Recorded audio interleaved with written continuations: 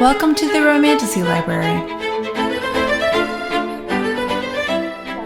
Welcome everyone to the Romantasy Library. I'm your host, Kate Perkins, and today I get to interview author Miranda Lyn. She has written the Fae Rising series, Blood and Promise, Chaos and Destiny, Fate and Flame, Tides and Ruin, the Unmarked Duology, right? The Unmarked Witch, the Unbound Witch, and then Till Death, which I just read and I absolutely devoured. Yes. And then coming soon, Nevermore. So welcome, Miranda. Thank you so much. You did miss a book, though. Shall we talk about Did I? I was like, it's like a menu of books. Yeah, the Unmarked Duology actually has a holiday novella, The Unblessed Witch, as well. That's a little bit of it's like a Christmas Carol retelling kind of witchy situation. Yeah. Nice. Yeah, you have quite a few books. How long have you been writing for? I've only been published since 2021, so 3 years. Miranda, that is incredible. I know. I'm telling you right now, I am feeling we've reached peak production mode, and now I'm like, I need a brain break, or I can't brain anymore. Can't brain anymore. I've been there. Wow. So you've written 1, 2, 3. I mean, because I have it all written out. How many books? So you've written how many books? So I'm on my 9th. I'm writing my 9th. Nevermore is 9. Okay. Yeah, and I have questions about Nevermore too. Obviously, maybe I'll just ask her right now. Is it related to the Till Death, or is that completely different? No, it's Paisha's story. So it is going to. It's a standalone. Till Death is the Never Sky series. It's book 1 in the Never Sky series, but it's a series of standalones. So chronologically you would read them in order, but you could read them individually. You don't need to read Till Death in order to read Nevermore. It stands on its own, just like Till Death is a fully encompassed. There's a little bit at the end that sort of hooks you into the next story, but otherwise it's its own story completely wrapped up. And that's the next story is Paisha's story. And Paisha is a pretty predominant character in Till Death once we get to, about halfway or so. And it picks up, and then we actually get to dive into what's happening with Paisha. I can't wait. I was wondering if that was the next book. I actually talked with another friend on Bookstagram about it. And she was like, I think it's going to be Paisha. And I was like, I think so too. And you're confirming it. I didn't realize that was. Yep. Okay, perfect. I can't wait to talk more about it. I haven't been super loud about it because I'm so weird about spoilers. I don't even like to post tropes for books. Like I would love for people to go in blind, because the one thing that will hook people to read Till Death is also a spoiler. It's not, saying that she's Death's Maiden, whatever, but what she gets tricked into doing is such a spoiler, but it's also the selling point of the book. So for me, it's really hard to not spoil the book. Like, even when people read it and they post, I appreciate so much that we have more and more people saying, I don't even want to tell you guys what this is about, because everything, it will spoil. Like, it just stair steps all of the spiraling of things. And you want to say enough to get people to read it, but you don't want to say because you want people to walk in blind and just be like, what the heck is happening? And you know what? Your intention for that, you succeeded, because I went in pretty blind. And the same friend that I was just talking about, I think as I was reading it, I was like, what the hell is happening? What the heck? Oh my gosh. And she was like, yes, keep reading. It's a ride. So you did it. And I will be very intentional too for this interview, knowing that you want to be very careful about tropes. You have your interview however you want. And if I don't want to answer something, then I'll tell you. Okay. And then that will create quite the tension. But anyway, yeah. But I also want to be respectful too, and not give away. I just But think that's it's why just we have an more editor. fun. I think our environment is kind of leaning toward spoiling books. We dive so much into tropes now compared to what we used to. We're giving micro tropes to things. Those things do spoil books, in my opinion. If you tell me they're fated mates, I already know what's coming. Even if you twist the story in some way, I now know where that's going, you know? And I don't hate saying enemies to lovers with till death because everybody is Daenerys' enemy. That doesn't spoil anything out of the gate. But there really are so many tropes that you can talk about, and it's just giving away the book. Like, let people experience that stuff the way it was supposed to naturally come into the story. It's such a much better way to experience a book than like if you go into a movie knowing exactly what it's about, you might do that because you love it if you have like read the book and want to go watch the movie. But if you haven't read it and you just know what's coming, it's not as fun. No, I absolutely agree. And I think it interferes with the storytelling process. And that's what I'm hearing you say too, of like the beauty of, reading these books is, I mean, the storytelling in Till Death is exceptional. I really was immersed in what you created, and being blind going into it was really helpful. And I have noticed that too in the Bookstagram world of like, and I think I've also participated in that of like sharing what tropes are involved. But pre all of that, I didn't, as a reader, I didn't do that. Yeah, I know. And it's weird though because there's a line. We have to be able to sell our books. I have to be able to say something to get you to read the book. So that's still important, but I just don't need to tell you everything. I don't need to tell you all the things. Even, writing the blurbs for the books is very difficult. Like that's a whole beast. You want to say enough that people are going to read it, but you don't want to give away what's coming in the book. And the way that Till Death is written, every chapter is a cliffy. Every single one of them. All the way down the line, you're like, what the fuck just happened? Mm-hmm. So when For you're real. it really is that way. So anything that you say gives away a little bit of, whatever those cliffies are. And I just wanted to not do that. And so I don't know if it helped me or didn't help me in the long run with like the marketing or however it went, but I appreciate how many people have told me they loved that they had no idea what the book was actually about. They went in blind because that's the best way to experience this book specifically, I think. Mm-hmm. Yeah, I I would agree. I really appreciated not knowing either, and it was a complete surprise. And it helped me to, I think, keep reading because I wanted to know. Uh-huh. And if I know in advance, then it does take the fun and Yeah, some of the there's a bit of a suspense into mystery the that's kind of beginning. Yeah, you get dragged along through the thing hmm that way. I know it's so emotional. It's an emotional ride. I don't know what you're talking about with the emotional. There were a couple of tears shed while I read this book. There So were tears shed when I wrote it, so no, that's fair. I can only imagine. Okay, so Miranda, we're gonna get more into Till Death and some of your other books. But let's kind of start at the beginning. So, where are you from? Born, raised? What's Central going on? US, born, Okay. raised. I've moved around a bit, but essentially Mhm. Nebraska, here I sit. Yeah. And where did your inspiration begin? Well, I mean, I've always loved, like, I've been a reader forever. That's 100% been an escape. I had sort of a rough childhood. So that's what I did to the books raised me, you know? So I knew even in school when we would have papers to write or creative writing classes and stuff, I lost myself in those moments. Like, those were what made some people were like, oh no, we have to write a report. And I'm like, yes. What are we writing a report? Like, just even I wrote a report on dirt one time, and I skipped class, and it became a whole thing. But I actually, the science, it was for science, and the science teacher was like, I really wanted to read this out loud because it was so entertaining. Because I absolutely was a big sarcastic teenager about writing a report on dirt, but it was like that stuck with me all these years later, because I just thought, that's the most random thing to write a report on. And then it just kind of spiraled from there.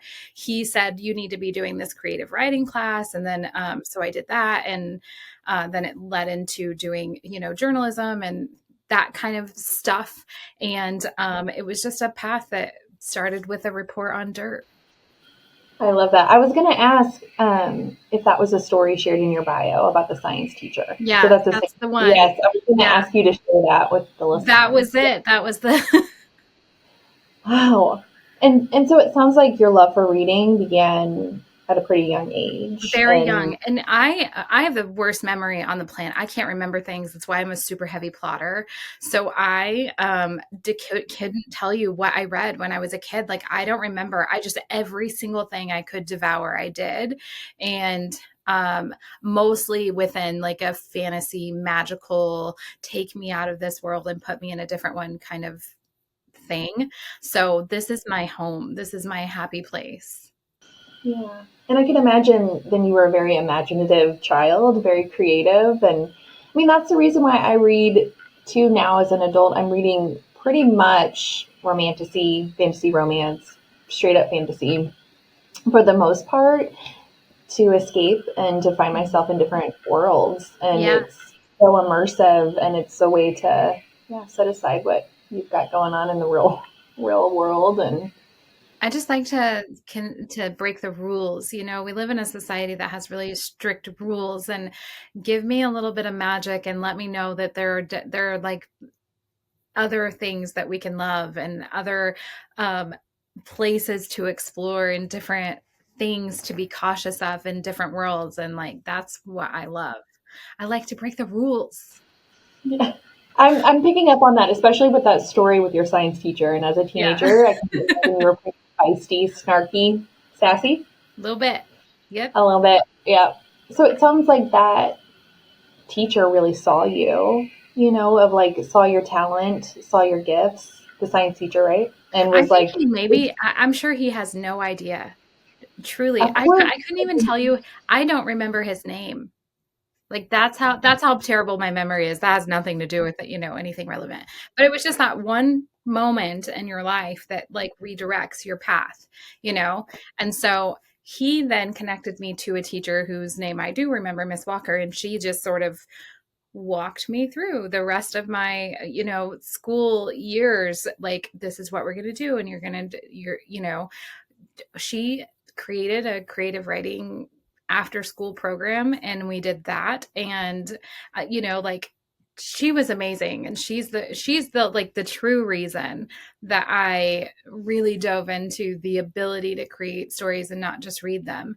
And then I actually I'm a photographer, and I have a client that came to me. The first time that she came to me, she said, "Can you take headshots? Because I need something new for my book." And I was like, "Your book? Tell me more."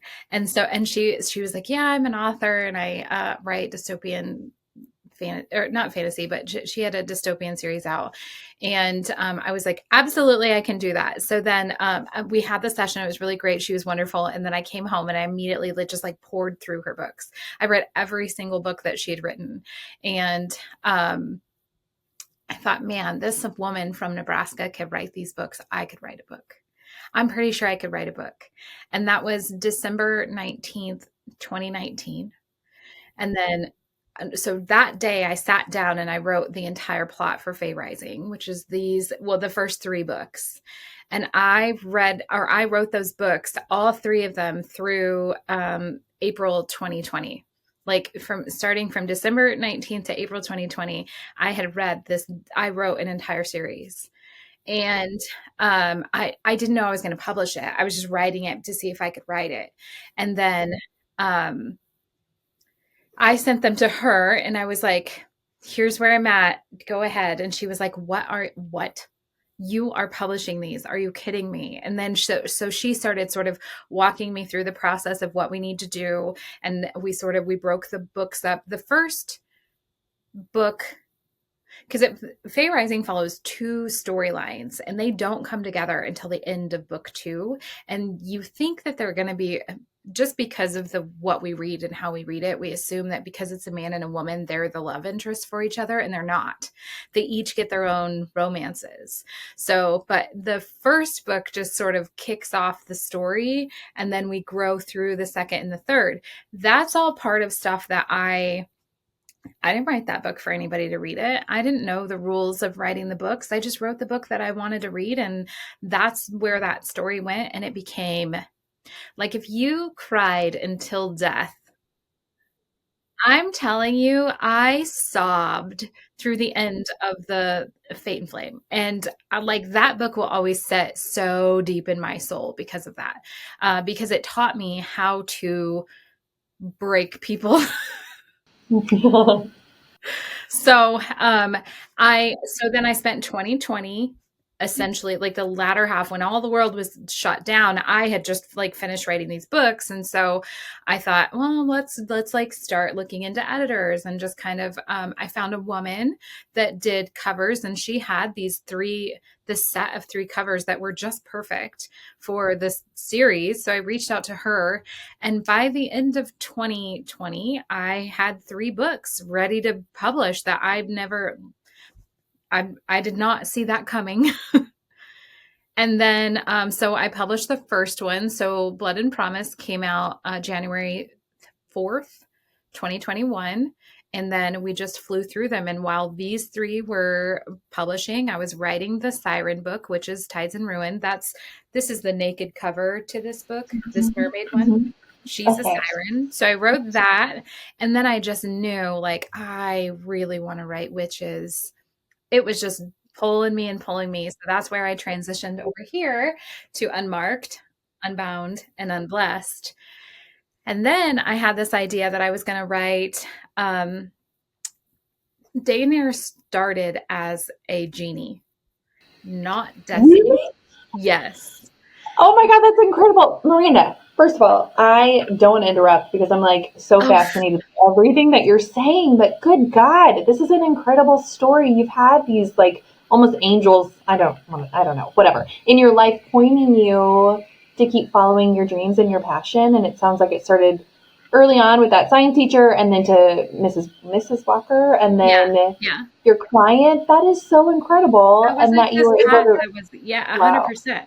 This isn't what I chose for myself. I just listened to the universe and followed.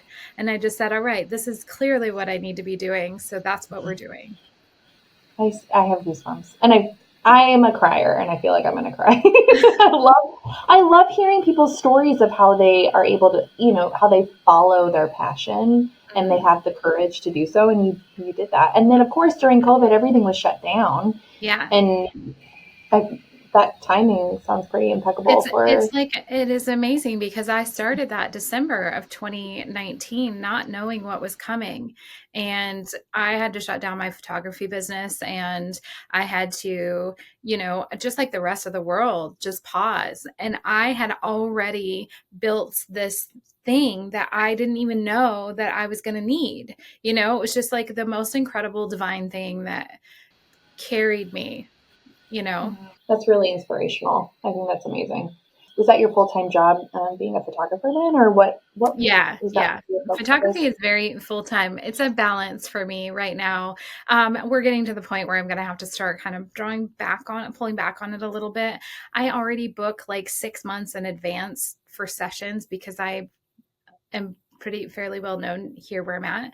So I have to, just even answering client emails about what to wear to their sessions while I'm plotting a battle is, Oh my gosh, wild. How you have 2 different brains. Like one brain focused on like the photography aspect. It's even more than 2 because marketing photography versus marketing books is different. And which I don't do a ton of marketing photography because I kind of don't have to, but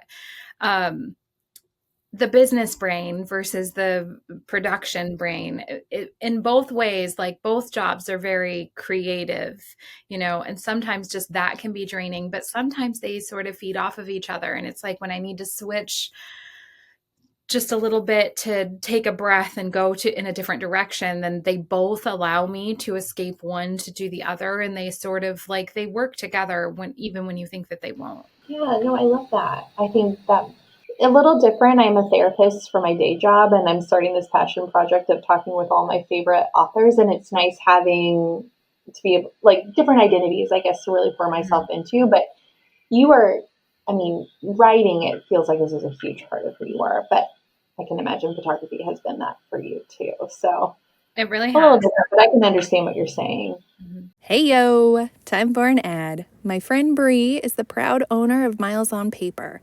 It is an online bookstore where magic and adventure come to life through the pages of indie books. At Miles on Paper, they are passionate about connecting independent authors with readers, and they do this by curating unique blind date book bundles, custom book boxes, blind date puzzles, and a remarkable collection of traditionally published books. By the way, their blind date book bundles are so much fun. I had the honor of getting one myself. I highly recommend. You can find her website at www.milesonpaper.com. Check them out. And you're still doing photography while writing, but your intention is likely to pull back a little bit with photography I don't right now. want to. I mean, Yeah. I'd love to be able to sustain both, but it's just not likely. Yesterday, for example, my husband, I opened up the rest of my schedule for my photography business for the rest of the year. And my husband immediately messaged me when I like went live with that. And he's like, "What are you thinking? Like, you are an author now. You have to focus on these books and these stories, and you're spreading yourself too thin." And I just like, this is just what I've done though, like I've just carried both. So I was just doing what I've done. And so I think next year will be a little bit more of a transition into more full-time writer. I don't need to do the photography. I love it. So I won't stop doing that. Yeah. I love how supportive your husband is and that he was able I to. mean, that's the only reason I'm sitting in this seat right now is because he has Oh, supported me. wow. These are wild dreams. This is Yeah. like it's a crazy thing. And being an indie author is not inexpensive to launch if you are doing it well. Like, you absolutely could make your own cover and throw your book unedited out into the world and make as many, videos as you possibly could to market it. And some people do, and some people are successful that way. But I wanted to make sure that we were putting out like a very clean product, and that was important to me. And he's never once balked. He's never not supported me, even launching my photography business years ago. You know, he's he's a he's my male main character for sure. I love that. When did you guys meet? How did you guys meet? In a bar. Nice. A long time ago, in a bar. I had just lost my job actually, and I was like a mess. And my Emotional. sister-in-law was like, "Come on, we got to go have some fun. We're going to go have some fun." And I was a single mom at the time, and I can't do it. I don't want to do it. And she like drags me out of my house and forces me to go to this bar. And this place at the time was very like new, and they had a section that like it was like a VIP section that you could sit in, and like not everybody could come up and approach and whatever. So I really could just like shut the world out and just hang out with her, and she knew him, and so he got to come up, and it became a thing, and then the rest is history. I love it. That's It's a meet not that cute. great of a story, really, but here we Well, are. kind of, I don't know. I think that's great. It was a meet cute because she knew him and you guys were like, That was sure. just so weird that she's known him forever, and that Mhm. I introduced her to my brother, and then she introduced me to my husband, and unintentionally both times. So that's where we landed. Okay. I think that's pretty great. That's amazing. So what year was that in? How long ago was that? 2009, 2009. Oh yeah, you guys have been together for a while. It's been a while. Yeah. Oh my gosh. Yeah. Amazing. And then you mentioned you've got some I kiddos. do have kids. I have three girls. Two of them are graduated from high school and off doing their own adult things. And then I have one here at home, 13 Yeah. year old. Nice. How has that been? I mean, talk about balance with the photography business, having a relationship with your husband and being a parent. That is a lot.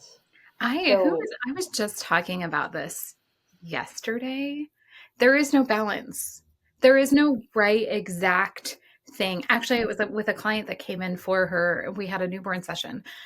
There's no way to balance. You just do the best that you can and you go to sleep every day believing that you did the best you can. And then the next day you get up and you just do the same damn thing because truly you can't draw lines when you're trying to build something. You can't turn off work. What's the word that I want to think of? You can't just turn off work at a specific time and then go be a mom. It doesn't work that way if you're an entrepreneur. It doesn't work that way if you rely on creativity. I can't just be like, okay, I need to be able to write and be a very creative, very inspired being from, 7 a.m. to 9 a.m.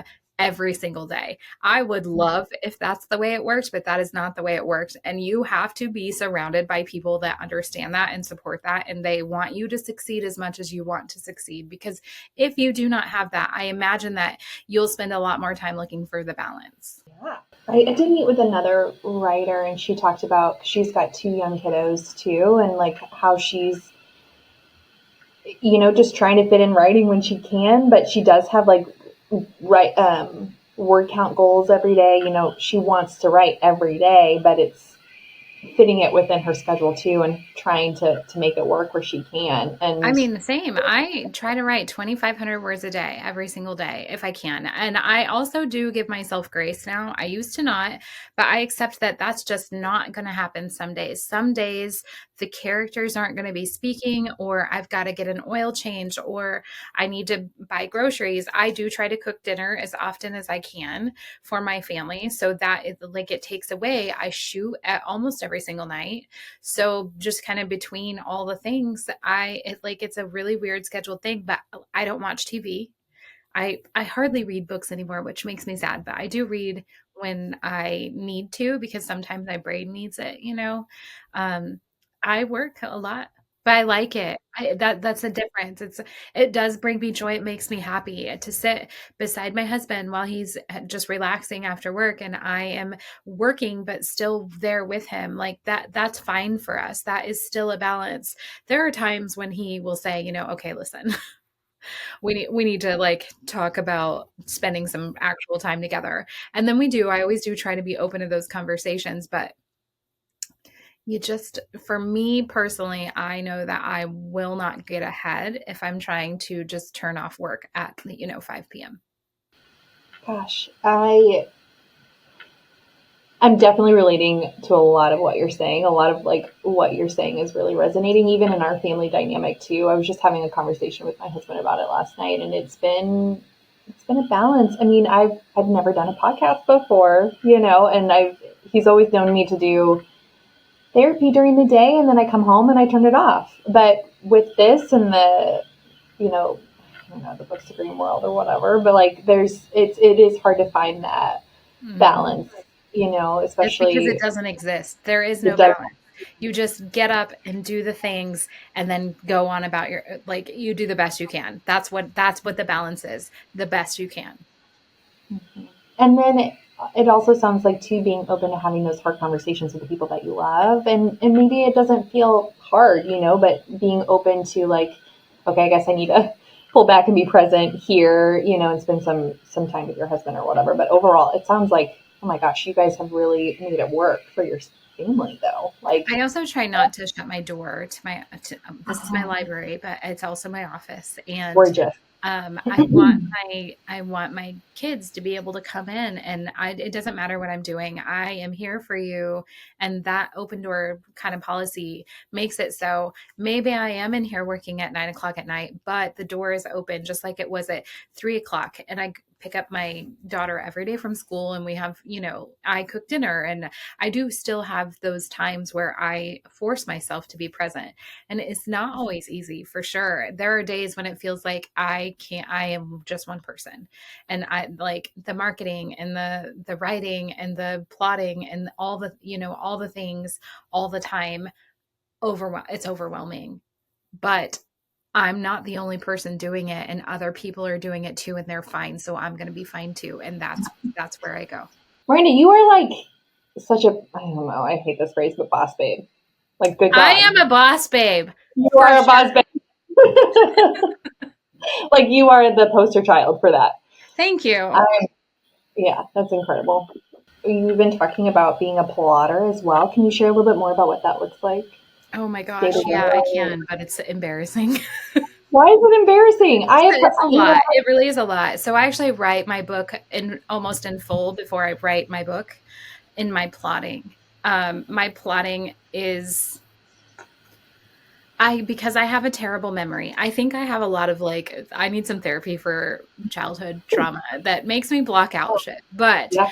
That's so real though. That is what trauma does. I'm being honest. Like, I think that I do. I think that is a thing. But because of that, I can't remember threads of things. And when you're writing and you're in a creative space, you just go and you're like, just take me down this path. Well, I will forget paths that I plant if I don't plot. And I love to do foreshadowing, and I love Easter eggs. I love that kind of stuff. So having a really good plot in my world makes it so that I can start those very, very early. And there's nothing that there haven't been seeds planted for. As much as we have like these twists and turns that happen, that was always the plan. From the very first word that was written in the book, I always knew where we were going to go, where the very last thing that happened was going to be. Now, there are times where the characters are dicks and they go do whatever they want to do, and we have to sort of rein them back in. But we also let them be that way because that's what makes a good story. I love the character arc and the character development of, I haven't read your other books, but Until Death, like, you have really created some rich storylines for these different characters. Is that part of the plotting process then for you too? Like, 100%. How do you... All of my books have found family. That's a really important aspect for me. So if you like found family, you will always find that in my books. Every character that's in the books has their own story, their own motives, their own flaws, their own heroism, all of them. They're all individual. It's not just a cast of characters. It's like a cast of characters, and they really do all speak to me all the time. And probably need some therapy for that as well.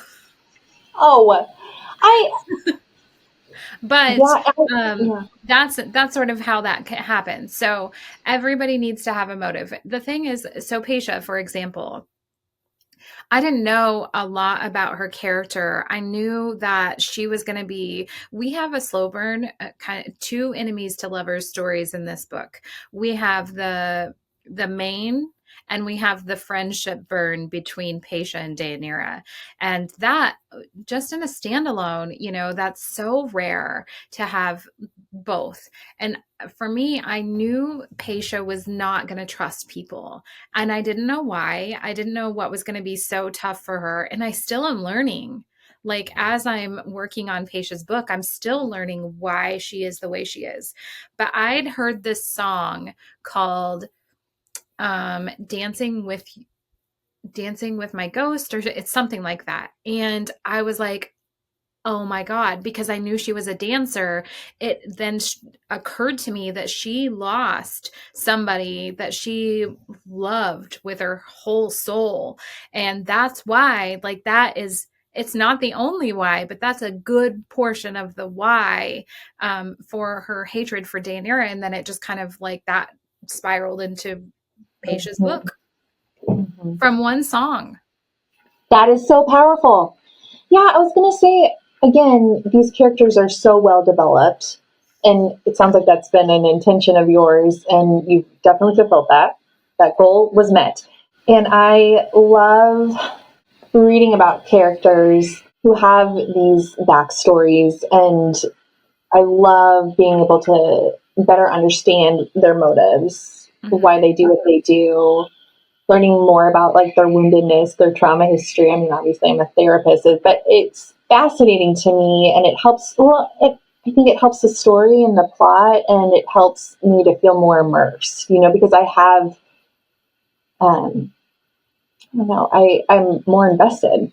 And I think that So that maybe speaks a little bit to you as well, because you're a therapist, you do like to see what makes people tick, and like your brain maybe needs that to make sense a little bit. So I can see why having a little bit of a backstory and our motives and things like that would be so important for you. It's important yeah, for me too. So I appreciate that we're alike that way. yeah, and I definitely picked up on that. What was it like for you creating those individual storylines for the characters? And you kind of spoke a little bit to that with Pisha, and it seems like you're still discovering more about her, Yeah. um, which is really beautiful. That like you're open to that process of discovering more and more about who she is as you're writing it. Even though, I'm sorry, I'm kind of all over the place, but being a plotter, but then also being open to what you discover. Yes, I think that's important for my process. That's really important because they are so real to me. I want them to feel real to the readers, so I have to let them be real. And real people are flawed, and they do have huge histories, and they have these small little things that happen along the way in their history that make them who they are now. And if we just create characters that are really one dimensional and surface level, we don't have that depth. And I love it. I think that that's what makes characters unique and fun, and people can, like, different characters resonate with different people because of their different things that make them tick. So assigning those to characters and letting them like attach to others is that's how we build good character driven books, in my opinion. Yeah, no, I agree. So, what was that process like for you then, I guess, of like, because there are so many mental health themes throughout this book, and I'm assuming in your others because of who you are as an author, but there's grief, there's trauma, I mean, obviously, yeah, I mean, there are a lot of mental health implications and There how really people are. I mean, respond to, 100%, especially yeah, this book, there really are. oh, Daenerys starts to sort of go a little bit mad, and on a repetitive basis, that's happening to her, which creates its own level of trauma. So for me, with each character, mostly the main characters, but some of the side characters are just really loud, but it starts with so like let's Unmarked, for example, which is currently my best known book. That started actually with the Dark King, the male main character. And that one is also written in first person single POV of Raven, the witch, but her love interest, he came to me first. And I was wrapping up this other stuff, and he would just like sit in the corner of my mind. And I could just almost see him just kind of doing this with his fingers, and like he was so angry at me because I couldn't figure out his story.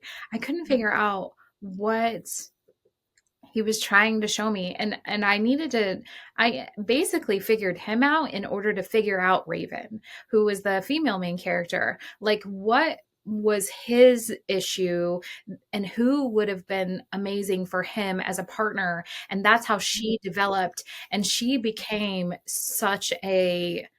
she's a really great character, but she's not like my other characters. She's kind of in her own world. They're all different.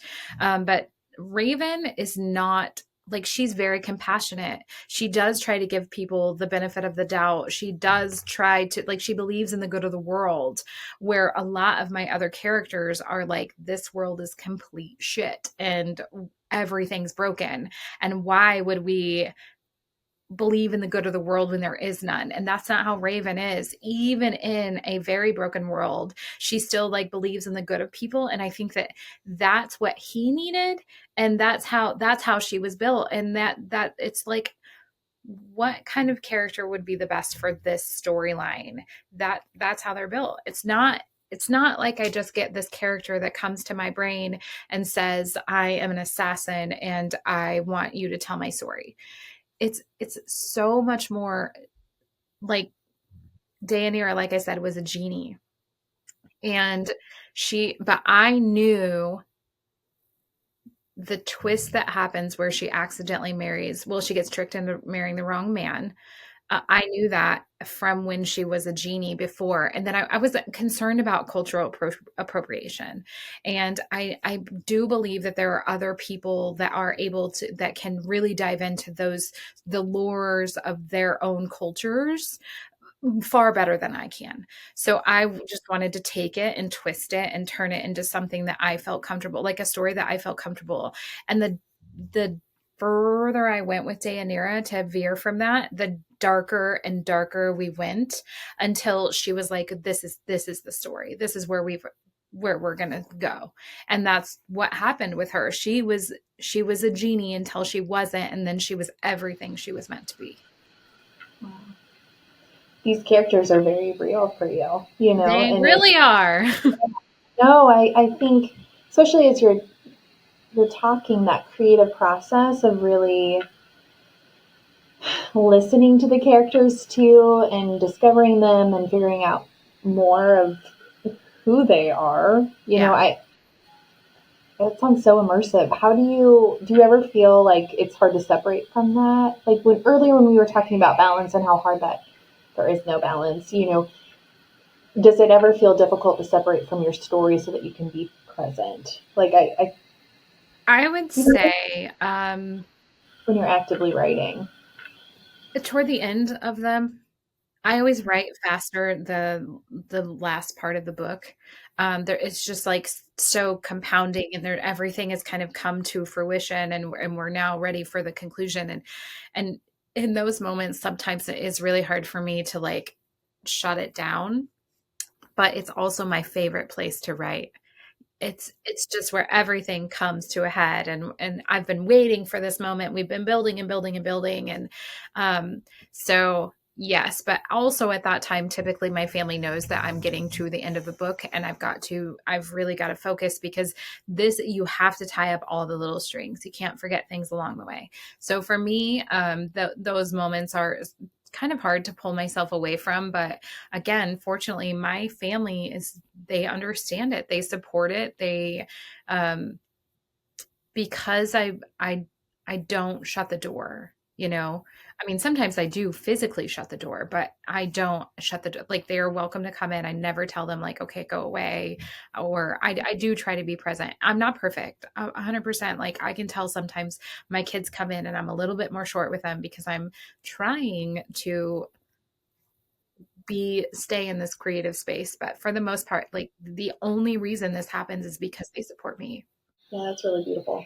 So then as a plotter, and earlier in the conversation, you were saying that you have basically written the book before you write the book. Are you keeping track of all of your characters in a space? Like, I'm just curious of like the actual mechanics of it and the logistics, and maybe that's All too right, all detailed. right. But I'm I'll break really it down for curious. you.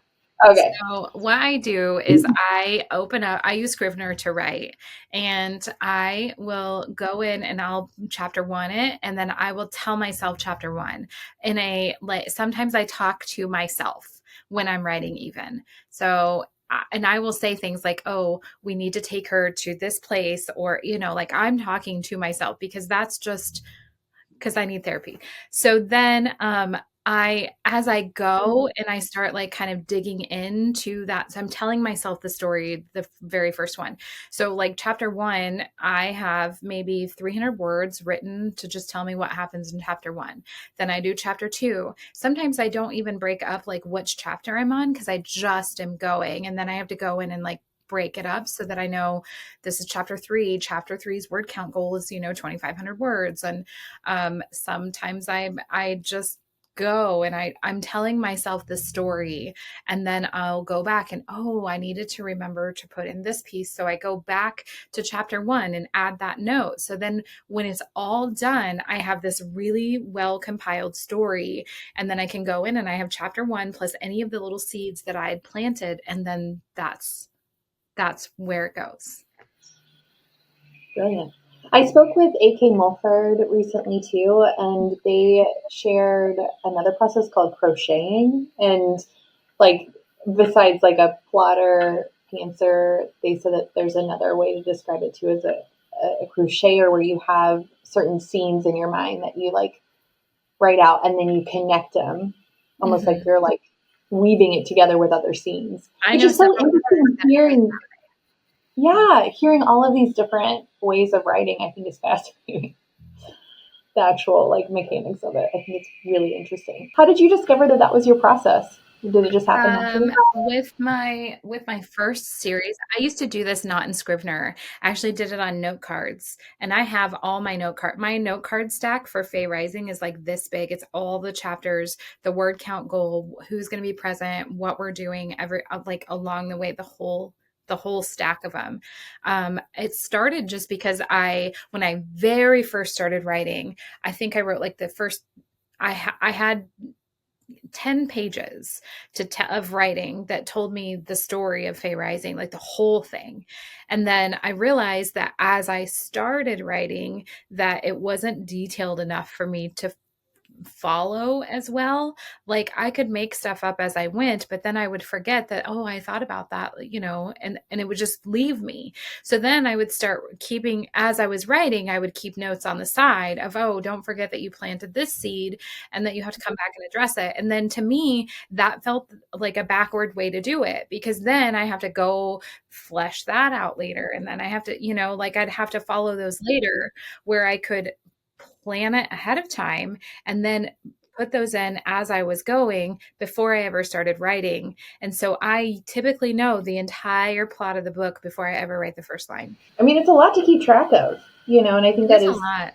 If you're yeah, if you're doing fantasy, especially where you have to build the world and you have to make rules and you have to decide which rules aren't real rules that the characters just think are rules, and it's a whole process. So just being able to break that down in a little bit simpler way to start it makes it I think, a more well thought through world for me specifically, because that's the best way for my brain to function. But that is not how it works for everybody. One of my best friends that's an author, she's amazing. She has this huge, elaborate, very well connected, like multiverse world, Melissa K. Rourke, and she's a pantser. That's what she says. So she plots and she pantses, and she just goes, but she only plots 5 chapters at a time. But she does know certain things about all these books that are coming, and she knows things about books that she's writing in 2028, and she's planting seeds into her stories right now for those kind of things, and that is beyond my brain. She's I incredible. mean, wow. What you're talking about is like beyond my brain. I Yeah. am so fascinated and I feel inspired, and I think it's incredible what you are creating. And it makes sense of like, gosh, as you're writing what you were saying before too, of like a fantasy world where there's the world building, you have to kind of know where you're coming from to keep going and Some people, keep some going. people can, just pants it out. There they go, and they do a great job, and I am very proud of them. Good job, because I could not do that. What are some, this might be too much of a spoiler. So if you cannot share, just let me know. But what are some of your favorite, well, maybe we'll keep it more generic. What are some of your favorite types of scenes to write, would you say? Well, I do love writing the conclusions. I really do. I love like that feeling of it all being zipped up and done, or like where everything has been broken and we have to fix it. And like, I love that because I already thought of the plan for it. If I get to that point and I didn't have a plan, I would just be like, I don't know what did I just do to myself? How am I going to fix this? But I never am in that space because I already had a plan, like going in. So I love writing those scenes because I know how it's gonna all work out. It's gonna be great. You guys are never gonna see this coming, that kind of thing. Um, I love writing the emotional. Those scenes, oh, they're good. If it moves me, it moves the reader. And at the end of everything, the reason for everything, and I write books for people to have an emotional journey. I want you to feel something. I don't want you to pick up the book and just read it for an experience. I want to move you. So it's important to me to put that into my books. And that doesn't always mean that somebody dies. It definitely, that's not in every single one of my books, but there are always emotional threads through the books because I think that that's what makes people tick. And that's what is important to me. Yeah. Well, and earlier when we were talking about it, it helps make the characters feel real and authentic and real human. I mean, we're messy. There are a lot of, complexities to who we are as humans, and you really bring these characters to life with that, with the emotional depth that you I do try. Yeah, and the emotional journey for till death is real, folks. Like it's real. It's beautiful. Definitely there. Yeah. Yeah. So, do you draw from personal experience with some of your writing? Not a lot. I think that I'm learning right now that there's a lot of Paisha's backstory and I think that's why it's harder for me. That is kind of pulling a little bit from personal experience enough to make it more difficult for me to write. This one is definitely a therapeutic journey. It will take me longer to write it. I've already accepted that. It's not one that's going to be done in 6 weeks. It's definitely proving to test my patience, but also there's a little bit of a burnout happening because I've written so many books in such a short amount of time. And there's a lot, but I don't necessarily pull from my own personal experience, but I do pull from my own feelings. So if I've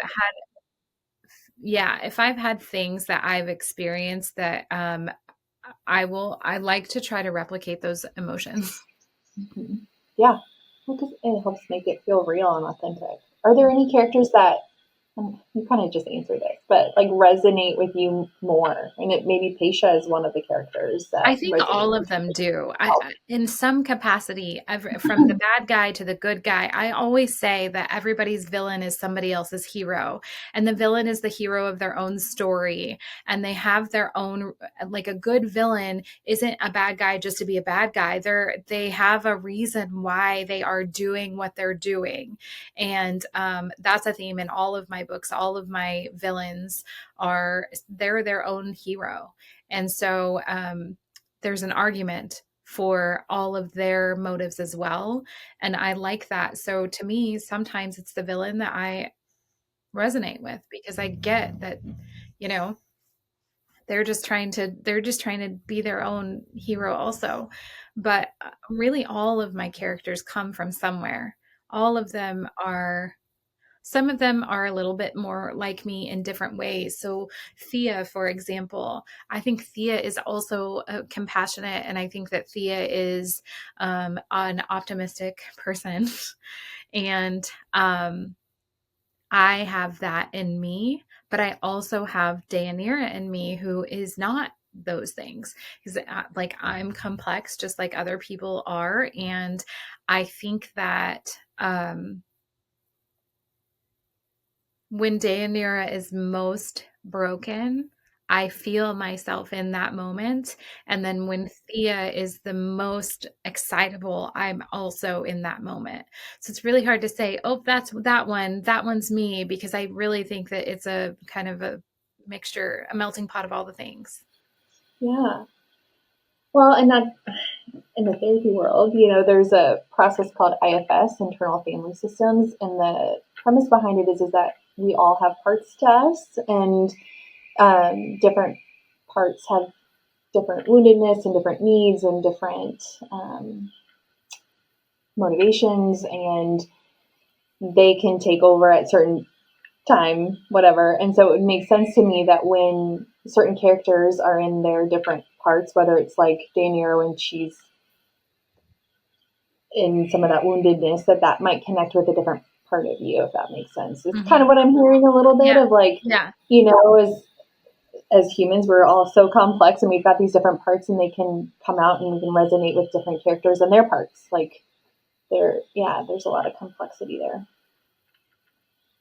I'm quite sure that if a therapist jumped into my brain and really broke everything down, that it would be far more of it would be a difficult journey. It would be just, because I think that there are maybe things that stem from stuff that I don't even, realize. Like when Deianira goes into her madness, for example, like when I'm writing that, I can physically feel myself like trying to fight. And that comes from something that doesn't come from not having an experience that was similar to that in some capacity, not in that way at all, not in any way that I'm, maybe like trying to murder someone, but just the like the internal fight, the internal struggle that she has. So I really think that a lot of my characters and the things that make them tick they come from me.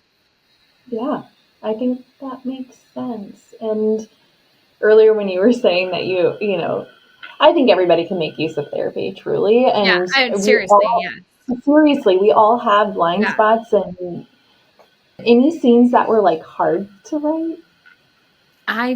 Yes, I will answer this question the same every time. I don't like writing smut. I was about to ask you about. Okay, can you share a little bit more about that? Because there is some smut in this one, guys. Yeah. It's spicy.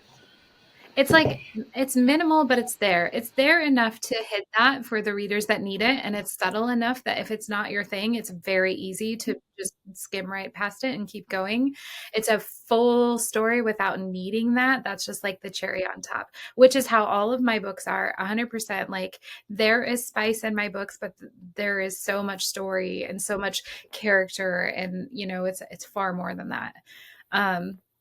I don't like writing the spice because I think that it's not sexy. I think that it's like it's the mechanics of it all.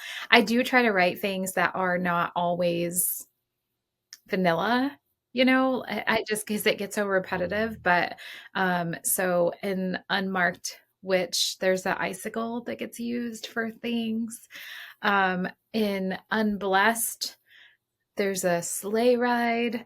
In Till Death is a bathhouse. There's a library in Fate and Flame that's very good, but I don't like writing them because I don't want to strip down the mechanics of it. I don't want to have to think about like where is her arm and where is his leg and do they actually fit on the couch like that? So it just takes away the magic of it to me. I'll read it in a book, that's totally fine, but writing it is too scientific. That's so funny you bring that up. The interview that I just released today with T. Harlow, she talked about like when that piece of like the mechanics, and that she received feedback from one of the editors of like, this is literally not possible. And she's like, I'm sorry. Like, I didn't mean, and like how awkward that felt. And yeah, I think had to have conversations with my editors. Like we've had to just kind of like not actually, but sort of like get out the Barbies and see how it's going to work. How it's possible. So, I had another author say that she's tried out some of those positions with her husband. So I don't know if good for her.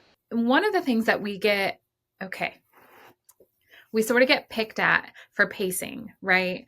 No matter what we do, that's one thing that reviewers will always comment on. And you're never going to make everybody happy, because what a pace for somebody that's like, this story, I never set it down. I've had several people tell me they've read Till Death in one sitting, and that is a massive book. This book is huge for one setting. I can't imagine reading that in one setting. Yeah, because it's a lot to digest and then I have people that say like, oh, it's a little bit slow, and that is fine. That is absolutely that's what makes us different, right? Like we all love different things, and there are going to be moments that are more immersive for us than other moments because we have different things that make us tick. So for me, one of the things that very like impacts the pacing of a story, it impacts the romance, is where the smut happens, like in the story, not like physically where it happens. I knew that I wanted a slow burn, but I didn't want this is 72 chapters or 71, and our love interest comes in I think chapter 4. So he's there the whole book, and there's lots of tension. There's these moments of just like, will you please kiss her? and it doesn't happen. And like that buildup and that angst is exactly what I wanted. But it's one of those things that like it's part of the planning process. Like, do I want to have enough smut to appease the people that really want the smut? But for me, like I love a story not for the smut. It's a cherry on top to me, but it's not necessary for a story. That's how all my books are. That's how I love a story. Not everybody writes that way, and that's okay if they don't read it or write it or whatever. But for me and for the readers that I'm looking for, I want the reader that wants the full meal, you know? So deciding where to put the smut in a story and the pacing for that is a little bit difficult. And I think that's part of the reason why smut is a little more tough for me to write, because the whole time I'm thinking, okay, have we built up to this moment where it's not just like actually it's just happening now to happen, and not because it feels genuine to their story. I want the whole meal. It So is. I'm glad Yeah. that I found you as an author. And the tension that you talk about, oh my gosh, it was there. The tension was tensioning. It was tensioning. Yeah. I'm like, come on, work. Yes, it was there. It was there. It's interesting. After I read your book, I did transition into like a more cozy romantasy. I think it's, when we're so immersed in, or at least for me personally, when I'm really immersed in a book, sometimes I need a little bit of a palate cleanser. Oh yes. And Yeah. and I cannot wait for Nevermore. Do you have an anticipated date when that might be coming out? I really Yeah. don't. This is the first Yeah. book since I published that I am not giving myself a deadline right now because of some of the themes and some of the things that I need to walk through, and the journey that I have to go on with Paisha. I'm not giving myself a date. I would love, love, love to have it out by, say, January 2024. 2025, I mean. I don't even know what year it is. I would love to have that. I don't know if it's going to happen. One thing that's really important to me is try to have audiobook release at the same time that the actual book releases. And that is a 3-month process. So once everything is done, by the time, if we do duet, by the time that we have, the female narrator and the male narrator, and then we have the production company zip them all together, and then we have to listen to it several times. By the time that we get done, that's 3 months. So in order for me to be done, I have to write it. It has to get edited, developmentally edited, and then I have to rewrite it, and then we have to line edit it, and then we have to proofread it, and then we have to send it. Like, it's a lot that has to happen on the back end in order to release a book. And typically I'm a lot further along in the process than I am right now for Paisha's book, but I'm also trying to be more patient with her. And her story arc is incredible. And the things that I know about where it's going need to be so carefully crafted that I don't need the pressure. So no dates. I love that. And that you're trusting the process with her and discovering her and taking the time to trust that, and that it's going to come together. And wow, what a lot of like moving parts too, with like the timeline of needing to have the book completed. And because I was curious about that too, of the audio. Reading a book historically is normally what I've done. And then because I was so immersed in Till Death, I wanted to continue listening to the story. And so I tried Audible, and that was a fabulous experience. And I love the narrator's voice. It felt very natural with like the characters. Yes, yeah, you definitely can have an audiobook where it feels, I know that you're new to audio, but which I'm very honored to have been like a new experience for you, but you can have a situation where the narrator doesn't necessarily match the voice of the character. And I really feel like Jackie Pryor and Teddy Hamilton did such a great job just with this in general, but it became more than what it was because the Till Death has a theme of music in it. So there's a dark burlesque show, for example, and the male main character plays the cello. So what we did for the audiobook is Jackie took on this giant role. I mean, it's a huge book, like I said. So she had to narrate this big old beast, and then Teddy Hamilton did all the male lines, and he acted just like she acted. So for him, he comes in and he plays like an old man, and he plays the like this guy. He plays Death, which, by the way, Teddy Hamilton's voice is Death. Oh, it's lovely, just lovely. I just kept thinking, like, I need to write a whole thing where he can just be Death for me. Just please read this book to me, Teddy Hamilton. But um, Jackie then came to me and said, I have this idea, and I just want you to be open-minded. I'm going to send you this chapter. I want you to listen to it. And I said, of course, like, have all the ideas. Like, that's where brilliance comes from. So I listened to this chapter, and I'm just going along listening. And then in the background, in a specific spot, music started playing, and I was just moved. It made that part of the book more special to me. And I knew that that's not going to be everybody's thing. I knew that there were going to be people that found it a little bit distracting, but it's not like a graphic audio. Graphic audio has music the whole time and sound effects, and it definitely can be like overstimulating. This is a quiet cello that happens in the background of certain scenes. And as soon as I listened to it, I was like, what do we have to do? Let's figure it out. Let's do this thing. So then we ended up going through and we marked all the scenes that we thought would be appropriate for music because we didn't want it to be overwhelming. And then we picked out different songs for different characters and different things that were happening. So like, one thing that I will tell you, because this is on the naked cover of the book, so it's fine, that there is a dance that happens because it's a dark burlesque show. There's a dark burlesque show in the book. And so when this scene happens, it's actually one of the ones that we selected for audio to be played in the background. And so some of it is a little bit more vivacious than others. But so Jackie ended up, what happens is if you do narration, you pay the female narrator as an indie author. And this does kind of work differently depending on some people's process isn't exactly the same. But for me, I hired Jackie and I knew I wanted Teddy. So July of last year, so almost a year ago, I reached out to Teddy and I said, when do you have openings? Because that's when I will release my book. And so he said, okay, well, I have, like Valentine's Day ish time. And I was like, that's perfect. Great. Write me down on your schedule. So he did. He was really amazing to work with. And then Jackie started narrating. So she did all the female lines and he does all the male lines. And then we have another company that comes in and sort of zips them all together.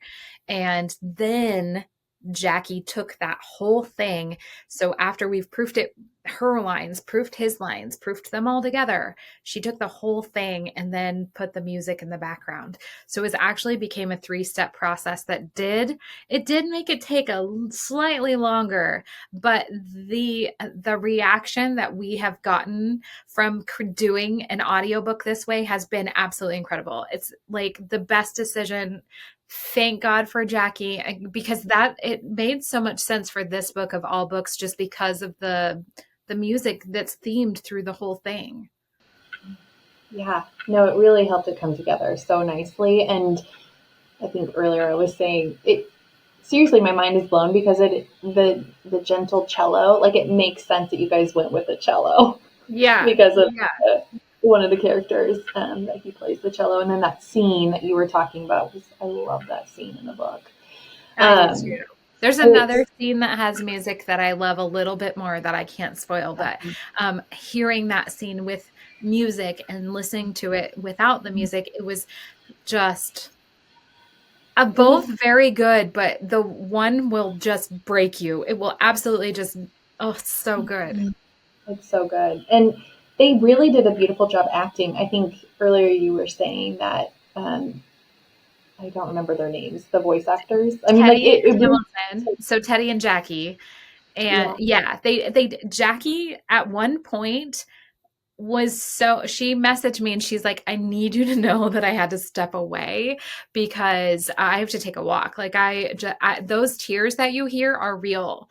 And I was like, I am so sorry. And you hear that even in Teddy when he is the maestro, which is he's the owner of the dark burlesque show, and he opens the show at night, and he has like this big productive, growly, good Moulin Rouge kind of. He just does. They do a fabulous job. It really is not just listening to someone read. They brought their A game.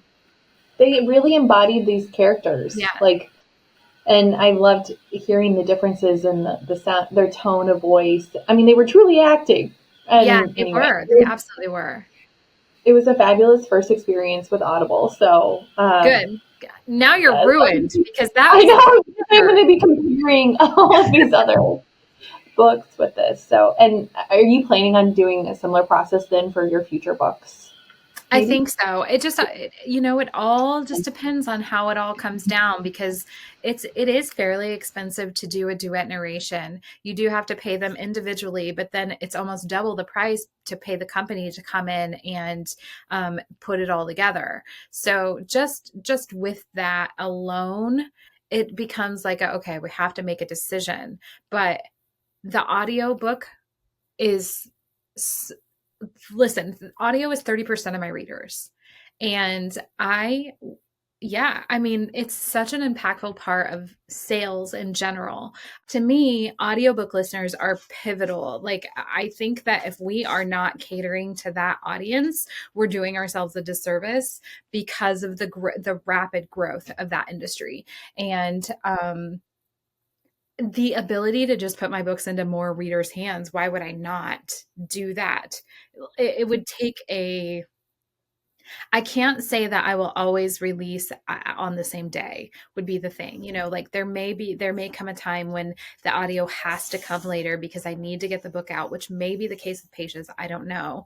I don't have my narrators selected for Patience book yet. So it's all because I don't have a release date set yet. Yeah. Okay. So the narrators would be different than for the coming book anyway. I think I love Jackie. I've worked with Jackie for so long that it would be very difficult for me to not work with Jackie. But at the same time, I don't think that Jackie is Paisha's voice. If that, like, she was so perfectly Deianira that for me to like take a reader and say they just read Till Death and they go immediately into Nevermore, they like being able to separate that, because Paisha's voice is different than Deianira's. Paisha is far more sultry, but also guarded. And not that Deianira wasn't guarded, because she absolutely was, but she just had these deep, deep aspirations and dreams. And Paisha's out here just trying to survive right now. So it's just kind of a different situation. Yes. Oh, gosh, I can totally see that. Yeah, that makes sense. And I think, especially being a listener and a reader, I was wondering that too, because Jackie really did such a great job embodying Deianira that now I'm associating her voice with Deianira, like as I'm reading. So that would be kind of weird to be like, oh, wait, Paisha. Will some of the same characters continue on in the Nevermore? Or, I mean, will we see? Can you say that or no? I'm not going to say. I'm giving nothing away. Okay, nothing away. We have no clue what Paisha has just walked into, and I just want to keep that mystery as long as I can, because it's wild. Yeah, there were some wild twists at the end of Till Death. Like right at the end when you're like, okay, we think we're done and we're zipping it up, and then all of a sudden here comes Paisha with her chaos. And I was literally thinking, I'm like, how is Miranda going to wrap this up? Because like there's like there was some stuff that went down. Yeah. So anyway, I can't wait to read the next book. But also no pressure. It is difficult. It can be crushing. Like the pressure is a lot. It's a lot of part of the process, you know, especially as you grow and you get more readers and they like want it. But if I didn't know that they wanted it, if I couldn't hear that they wanted it, I wouldn't be so driven to give it to them, you know? So be loud. Tell me that you want it. It's not the only thing that it's going to do is make me excited to deliver it. That pressure is just, I want it to be there because I want to know that people want to read my books. It's that simple. Like, say whatever you want, do whatever you want. Absolutely. You read this the day after I released it and you're waiting for book 2. I'm not going to give it to you right now, but I'm so glad that you're ready for book 2. That's what I wanted. Yeah. And then the payoff is that much greater too, you know, especially being a reader. And then when it comes out, you're like, oh, this is so nice. And Yeah. to be able to have that in your hands. And the first time that you published a book, did you feel that sense of like accomplishment, relief? Like, how was that? If you could describe some of those feelings of like actually publishing. You know, my memory is terrible. No, I remember it being sort of like, I get to put this hat on now. And I have all these other hats, but this one feels important. This feels like a hat that a lot of people in the world say that they're going to wear one day and never do. And Yes, and you have to do it. yeah, and now I have this hat, and what do I do with it? And how do I just like, I am a published author now. It's such an incredible feeling. It's the very first part of the journey, even though we do. For me, for example, I marketed for 6 solid months before I ever released my first book. And it was written, it was edited, it was ready to go. It was really hard to sit on it, but I knew nobody knows who I am. Nobody's going to read this book if I don't market it. So being able to finally just push the button the first time was everything. And then Till Death. So we come through all these books and we do all these things, and we marketed unmarked for 9 months. So that book was done, and I was writing Unbound and it was getting done. So 9 months of marketing unmarked, and then Unbound, we did not market it. It surprise dropped. So I never told anybody what the release date was. It just released one day. And there's a huge cliffhanger for Unmarked. And it was exactly 6 months to the day later when Unbound came out. And everybody thought it was just going to be the cover reveal. We sent out secret envelopes to a bunch of influencers, and they shared the secret envelopes, but they didn't open it up. And they said, I got an envelope, and if you want an envelope, you can go apply and you may be selected. And then in the background, we were secretly selecting more people and shipping out all of these black envelopes with gold trim. And then those people were saying, oh, I got an envelope. So all of these people were saying they got an envelope. And in the envelope was the cover reveal for Unbound. So all of these people thought they were getting, like, we printed an art print of the thing. And then there was a card in there that said something like, we know you're having fun and we're so glad that you're keeping the secret, but there's another secret. And if you follow this QR code on this day, you can help us reveal the secret. So the day before the release, which was the cover reveal, they it went to the website, and it was like this big, like, surprise, it's release day. And so all these people were like in on this secret. And then there was a bunch of people that didn't know what the secret was, that they were waiting to find out. And it was a really great just marketing campaign. Nobody knew that Unbound was coming. It just released one day. It was very Taylor Swift.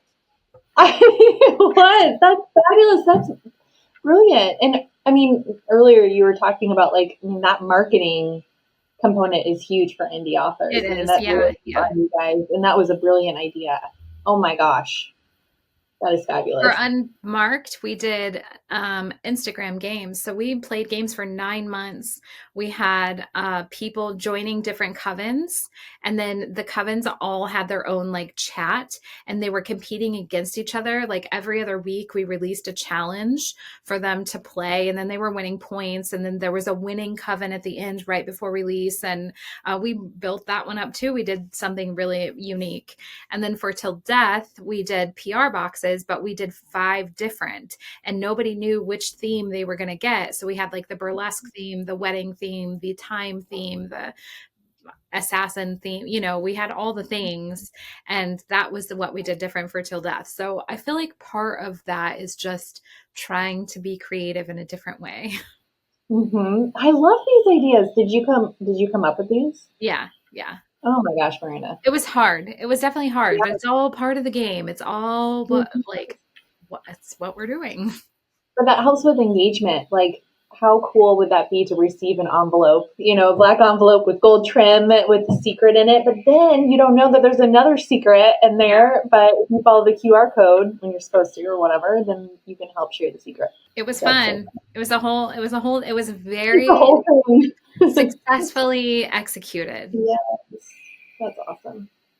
Well, Miranda, this has been so much fun. I've loved talking with you and getting to know more about you and hearing more about your writing process. It's fascinating. Is there anything else that you want to share for your readers?